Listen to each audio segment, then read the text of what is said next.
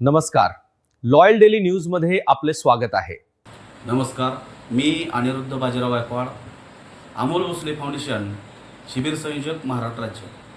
Amol Bhosale foundation या संस्थेच्या माध्यमातून संपूर्ण महाराष्ट्रभर विविध प्रकारची प्रशिक्षणं राबवली जातात.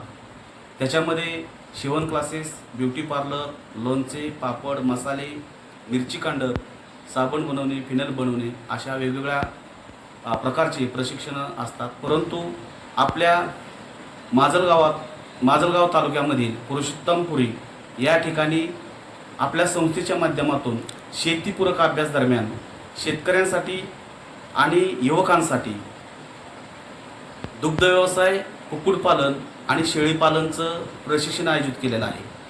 या प्रशिक्षणामध्ये चारा व्यवस्थापन, गोठा व्यवस्थापन, त्याचबरोबर त्याचे आजार आणि उपचार, कुठल्या ब्रीडवरती काम करावं या संदर्भामध्ये प्रशिक्षण त्या ठिकाणी दिलं जाईल.